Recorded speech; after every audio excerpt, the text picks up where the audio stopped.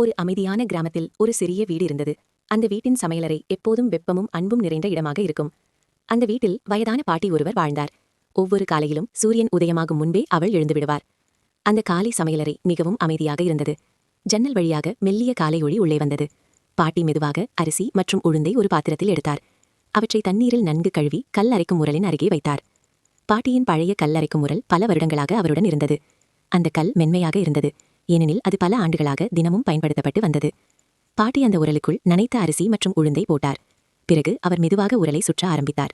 கல் மெதுவாக சுழன்றது. சமையலறை முழுவதும் அந்த மென்மையான சத்தம் நிரம்பியது. அது ஒரு அமைதியான இசையைப் போல இருந்தது. அந்த நேரத்தில் பாட்டியின் சிறிய பேத்தி அங்கே வந்தாள். அவள் அமைதியாக பாட்டியின் பக்கத்தில் உட்கார்ந்தாள். பாட்டி என்ன செய்கிறார் என்று அவள் ஆர்வமாக பார்த்துக் கொண்டிருந்தாள். பாட்டியின் கைகள் மெதுவாகவும் பொறுமையுடனும் வேலை செய்தன. பேத்தி அந்த ஒவ்வொரு செயலும் கவனமாக பார்த்தாள். வார்த்தைகள் இல்லாமல் ஒரு பாடம் அங்கே கற்றுக்கொள்ளப்பட்டது. பொறுமையும் அன்பும் நிறைந்த ஒரு பாடம். சில நேரம் கழித்து மாவு நன்றாக அரைந்து முடிந்தது. பாட்டி அதை மெதுவாக ஒரு பாத்திரத்தில் எடுத்தார். சமையலறையில் ஒரு புதிய வாசனை பரவியது. பின்னர் பாட்டி அடுப்பை ஏற்றினார். அடுப்பின் வெப்பத்தில் தோசை சுட ஆரம்பித்தது. அந்த வாசனை வீட்டை முழுவதும் நிரப்பியது.